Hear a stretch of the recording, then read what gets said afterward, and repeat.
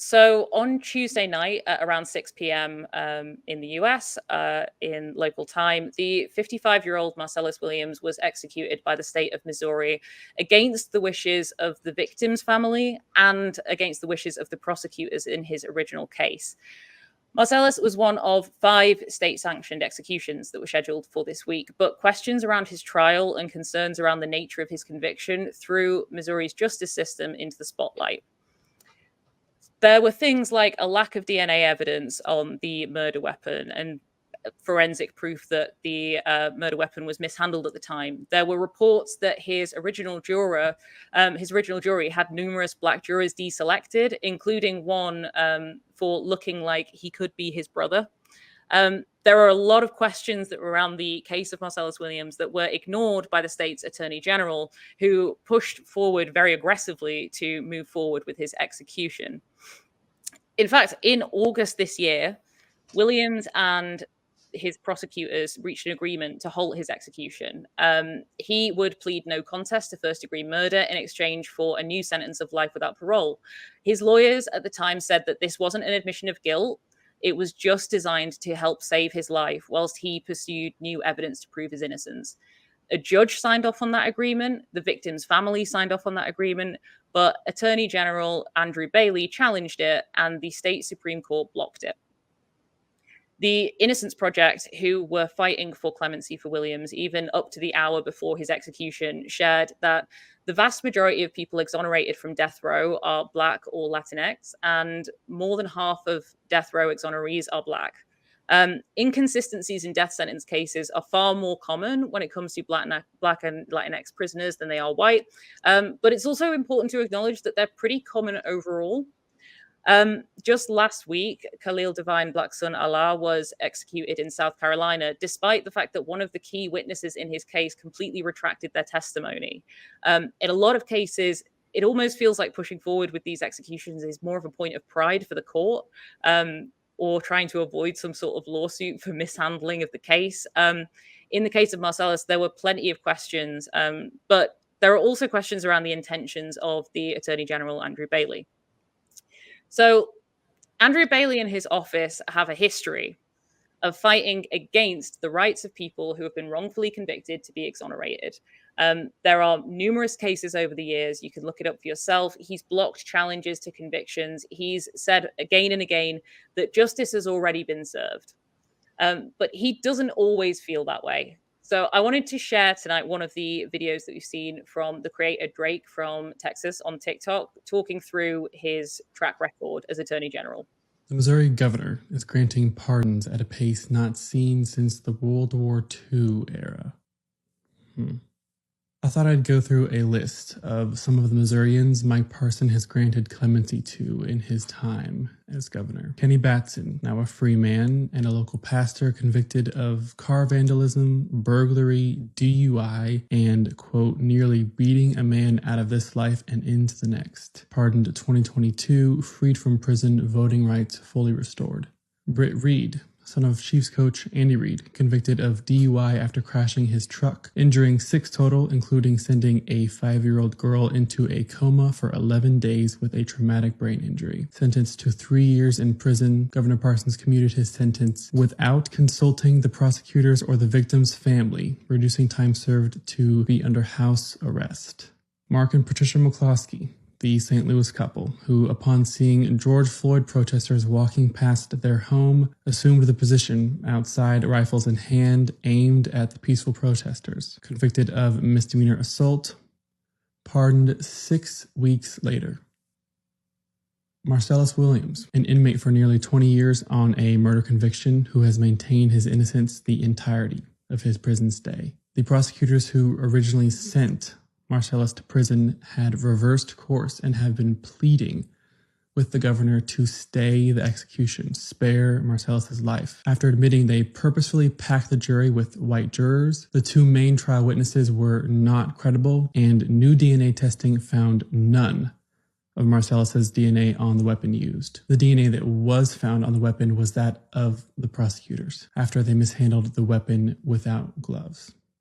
The victim's family has since come forward begging the governor, the state attorney general, and the state Supreme Court to stop the impending execution. Not obliged. The United States Supreme Court had an opportunity to stop the execution. The 3 liberal justices opined that the execution should not go forward. The 6 conservative justices, 3 of which were appointed by Donald Trump himself, said go right ahead.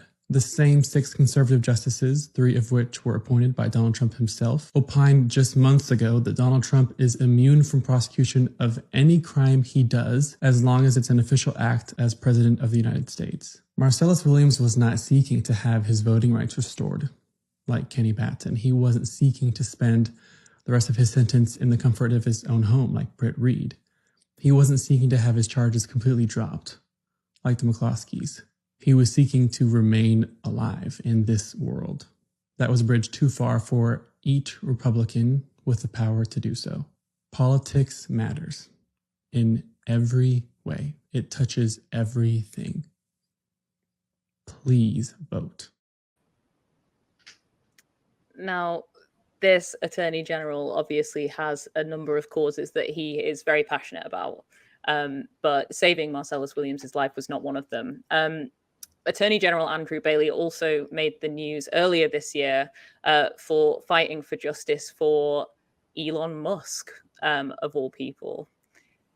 So last year, when the watchdog group Media Matters reported correctly, by the way, that advertiser content on X was being displayed alongside extremist images and content, Andrew Bailey felt so strongly about this injustice that was being done to, again, the billionaire Elon Musk, that he served the group with civil investigative demands.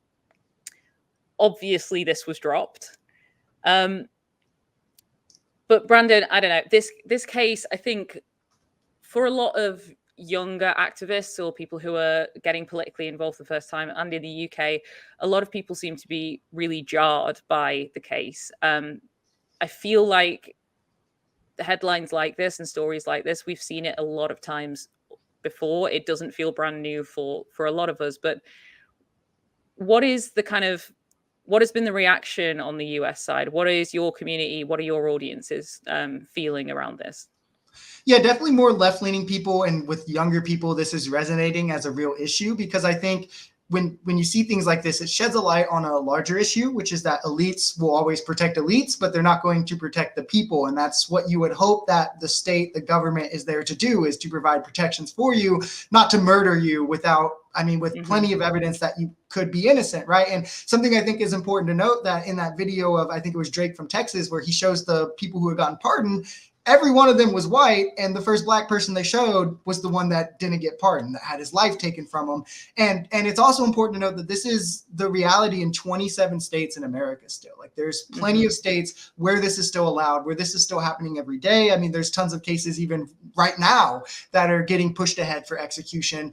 And to me, I don't think that the death penalty should exist, period. I don't think that humans should be playing God against other humans, especially when it's like conservatives, and we have these conservative judges that are, their courts are packed, that will always just back up what these tough on crime prosecutors want to do, again, with plenty of presumptive evidence. Like, it's weird to me that people can sleep at night knowing they killed someone with there even being a 1% chance of them being innocent, let alone with, like in Marcellus Williams' case, where his fingerprints weren't on the weapon. The prosecutor admitted that that evidence was mishandled. The family of the victim said, hey, closure for us is Marcellus Williams' life not being taken, that all these people were pushing. There was a deal on the table, as you said, for him to take life rather than to lose his life. And despite all of that, a Republican attorney general in a deep red state can still push forward and take someone's life from them. Yeah, I mean, it's this thing of like, there's almost this debate of like, well, was he guilty or innocent? It's like the fact that there is a debate on that question at all. Like, I think it was his defense attorney who made a statement just before the execution, who said, like, if you believe that the death penalty should exist, but only for people who are guilty, then by its nature, you believe in killing innocent people, because it's difficult to find too many cases where it is 100% certainty that someone has committed the crimes that they're being sentenced to death for. There are so many cases. I think it's something like 200 people since 1989 have been exonerated after they've been executed. It just feels like, especially when you've got these people who have been incarcerated for 20 years, 30 years for crimes that were committed, or that they've been convicted of, where they didn't even have forensic evidence at the times of their convictions. It's just, it's very upsetting to see that there's like 5 of these happening this week. And it's kind of happening again and again. But I guess it's difficult to see what the solution is when you have these people in power, like the likes of Andrew Bailey, who have clearly an incredibly large bias, who is a Republican attorney general as well. I don't know. What do you kind of see as actions out of it? Are there any major movements that are kind of shifting as a result of it that you've seen? The biggest thing is like the man in the clip said, is you need to get out and vote. I think it's a lot of people feel like they don't care about politics because politics doesn't work for them.